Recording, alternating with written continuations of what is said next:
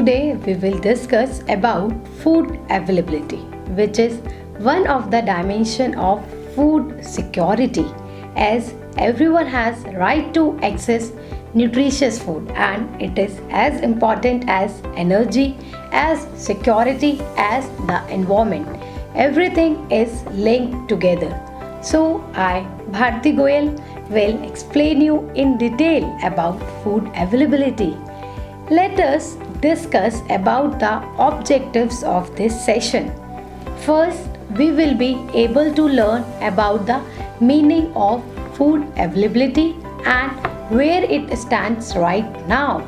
Furthermore, where India is lagging, as well as some challenges in food availability, some steps to ensure food security by India would be our last point of discussion. So, let's start with food security. What does it mean? Food security is the availability, accessibility, and affordability of food to all the people at all the times. For detailed introduction, do refer to Professor Nitya's video in blog 2 on sustainable food system. In this video, we will talk about the specific pillar food availability in detail. First, we will discuss what exactly food availability is. Food availability is defined by the Food and Agricultural Organization as the availability of sufficient quantities of appropriate quality food, whether produced domestically or imported, including food aid. If we talk on a micro level scale, food availability at the household level ensures food security. But food security is one of the country's major challenges, being the world's most second populous country. According to Food Agricultural Organization Agricultural Outlook 2019-2028, India currently has the annual milk production in the year 2019, contributing around 22% of global production, which makes it world's largest producer. Apart from the milk, India is the world's leading producer of jute and pulses as well. In addition to rice, wheat, sugarcane, cotton, and groundnuts, India is the world's second largest producer of fruits and vegetables, accounting for 10 to 9% of global fruit and vegetable production. Such amount of production demonstrates the nation's capacity to ensure food availability and hence food security. Before ensuring food availability for the future, we need to first track the history of Indian food production. After independence in 1947, India as a child had to face lot of challenges, but one of the biggest challenge was food security. Crisis was so severe that India had to accept food grains as grant in aid by USA under the Public Law 480. The incidents made India to pursue self-reliance in food production, and further, five-year plan focused on ensuring food security. During 1960s, especially 1965 onwards, the Green Revolution in India was initiated by high-yielding varieties of rice and wheat to increase food production in order to alleviate hunger and poverty. With rising population and change in dietary preferences, traditional methods were finding hard to fulfill the need. So, use of satellites and other information communication technology service in precision agriculture helped to increase the food production. Now, the soil composition, groundwater availability, surveillance of agriculture land, weather, product prediction can be analyzed properly. Also, farmers and fishermen are getting more empowered. Hence, history clearly states that supply side of food security is being taken care of. Now, we will see how the nation ensures food availability. Commercial food import and export, domestic food production, domestic food stocks, and the food aid are the four components that ensures food availability. Among them, food production forms the foundation for food security and is a key determinant of food availability. Let's take a look at each one to see what it means, how they can ensure food availability. Let's look on to one by one. Domestic food production. What does it mean? Food grain availability is determined by net domestic feed, seed, wastage production, as well as net imports and previous year stock stored in government granaries. Second, domestic food stock. Food Corporation of India procures grain from farmers and mandis and stores it in order to distribute it through various social welfare programs. Third determinants of food availability is import and export of commercial goods. Over the years, India has consistently maintained a trade surplus in agricultural commodities. India's agricultural exports increased by nearly 7 times in 15 years from the year 2004 to 2018-19. The last pillar of food availability is food aid, that refers to the provision of food or cash to purchase food in an emergency or to provide long-term solution in areas where food scarcity exists caused by the internal forces and external factors, that is import reduced. For example, the United States provided food aid under the Public Law 480 scheme. Food security is built on the foundation of food production, which is a key determinant of food availability. Net domestic feed, seed, wastage, as well as net imports and previous stock stored in the government granaries determine the food grain availability. Let's look on to the total food grain production in the country was recorded around 96.65 million tons in 2019 year. That goes up to 11.44 million ton from the previous year. As we can see from the diagram, this ensures the requirement of the citizen and self-reliance of the nation. This is not only for the 1 year. We can see a diagrammatic trend in major crop output over the last 5 years. Next, we will see food import and export contribution in food availability. As we can see, in total agricultural export value has also shown an increasing trend during the period. Trend in share of agricultural commodities in total value of agri-export constitutes majorly marine products like basmati rice, non-basmati rice, spices and sugar.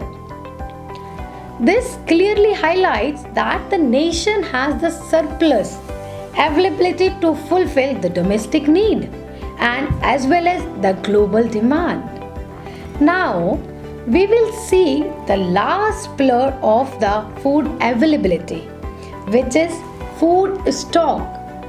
What is the food stock? Like food grain stocking norms refers to the level of stock under central government procuring agencies like Food Corporation of India that is sufficient to meet the operational requirement of food grains and urgency at any point of time. Over the last 5 years, rice and wheat procured in the different years has been increasing in 2020 year. This is a stock ensuring food security under National Food Security Act, benefiting approximately two-thirds of India's population at subsidized price. As we need to ensure balance of import and export as seen in the last slide, and also fulfill the need of domestic population to provide food to the last man of the society. Government run several schemes as domestic production is increasing constantly. So let's have the look on the some of the schemes are the National Food Security Act 2013, which is also known as Right to Food Act, is an Indian act of parliament which aims to provide subsidized food grains to approximately two-thirds of the country's 1.2 billion people at the rate of rupees 3, 2 and 1 per kg for rice, wheat and coarse grain respectively. Another scheme is Pradhan Mantri Garib Kalyan Anna Yojana, is a food security welfare scheme announced by the Government of India in March 2020. During the COVID-19 pandemic in India, under this scheme, it has been decided to allocate free of cost food grains at the rate 5 kg per person per month to nearly 80 crore beneficiaries. That is covered under the National Food Security Act 2013, also known as NFSA. Another scheme is run by Government of India, Atam Nirbhar Bharat scheme. When India speaks of becoming self-reliant, the Prime Minister has announced a rupees 20 lakh crore economic package under the Atam Nirbhar Bharat Abhiyan to aid our country out of the coronavirus crisis by making us self-reliant. Therefore, we can say that all these pillars, domestic food production, food import and export, and food stock, are helping in maintaining the food availability and hence the foundation of security. Despite continuous and comprehensive efforts by stakeholders, there are a few challenges in ensuring food availability. India comes first in various crops production. Still, India ranked 94 among 107 countries in the Global Hunger Index 2020 and is in the serious hunger category. Well, the pertinent question is, why does India lag? There are a few problems like biasness in food production. Minimum support price biased crop creates a trade-off with availability of other crops. For example, if farmers are getting high price for sugarcane as minimum support price, that incentivizes farmers to grow the same crop every season without giving time for soil rejuvenation, which means had farmers would have grown different crops. Second problem can face post-harvest loss. While fulfilling the food demand of an increasing population remains a major global concern, more than one-third of food is lost or wasted in post-harvest operation. Food loss is defined as food that is available for human consumption but goes unconsumed. Another problem, the lack of adequate transportation. Infrastructure results in damage of food products through bruising and losses due to spillage. For example, say some weight loss crops like sugarcane is negatively affected with time passing. After harvesting, it should enter mill within 24 hours to reap maximum productivity. Another problem can be lack of adequate infrastructure that cause the maximum loss. For instance, no cold storage facility creates problem in storing perishable food having low shelf life. Insufficient warehouse facility mismanages food grains. This causes physical loss of commodities, loss to farmers, income, and further economic loss as a country. For example, a subsistence farmer may consume the damaged food to some extent, whereas the affluent customer may reject even slightly damaged food. Another problem is unscientific practices like shifting agricultural is only for subsistence level. So, productivity can't be increased. Same goes with using inferior seeds and non-certified seeds. Flood irrigation method is also unscientific. It salinates the soil and disbalances its chemical composition. Here we will talk about recent developments in food production to ensure food availability nationwide, as we saw the problems in the last slide. So how we can resolve it? One of the recent development is fortification of rice. As you know, fortification of rice is to address the issue of anemia and micronutrient deficiency and to promote nutrition security in the country. Beneficiaries under public distribution system are given fortified rice to adolescent girls and lactating mothers. Another development, that is One Nation, One Ration Card. This will ensure the food availability at any place from any fair price shop across the nation. For instance, during COVID-19 pandemic, problem faced by migrant laborers while receiving food entitlements that were minimized.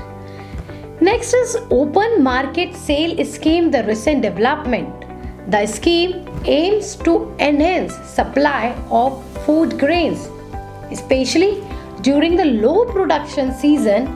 Food Corporation of India sells its stock in open market at an affordable price. Another scheme that we can look onto, that is Operation Green. The scheme basically provides subsidy on transportation of vegetables and horticulture crops to minimize the post-harvest loss. This ensures food availability that should not be hampered because of lack of investment in infrastructure. For example, if oranges from Nagpur can reach Guwahati without worrying about the low shelf life. So, to ensure the vital pillar of food security, food availability, government needs to up its ante. This can be accomplished through farmer encouragement to new and effective methods of irrigation. What can be the methods of irrigation like? Sprinkle irrigation and drip irrigation, organic farming or zero budget farming to reduce pressure on climate. Technology intervention using better agricultural practices, improved and adequate storage structures can play a critical role in reducing post-harvest losses and increasing farmers' revenues that help in strengthening food security and poverty elevation, increasing returns of smallholder farmers. Another is access to institutionalized credit. For example, direct benefit transfer to avoid leakages in subsidy, promoting usage of goods quality seeds, neem-based fertilizer and pesticides. Say, sustainable farming is the key to a better tomorrow. Promoting sustainability across the farming value chain guarantees increased food production capacities and active environmental protection. It is a farming for a better tomorrow. For example, we can say a crop rotation, use of hydropower, solar power or wind farms, suitable agrologistics, integrated pest management. So the government policy has also a big role to play. It should not be biased towards current pressing demands without giving a thought for the future. For example, more subsidy on urea fertilizer is not helping to check its ram tissue use, but this has a disbalanced soil composition. Another problem you can see in policy was witnessed when permission for mixing mustard cooking oil in 1990s was given. This increased import for other oil and diminishes the mustard production area. A disease dropsy epidemic was witnessed as the negative effect. So, after going through this session, try to do some interesting exercises that you can see on the slide. Some question given here on the slide, you can solve it after going through this session. These are the some references you can check for further detailed study over the food availability, and these are the some partners that associated with it. Thank you so much. For any query, just drop a comments. Thank you.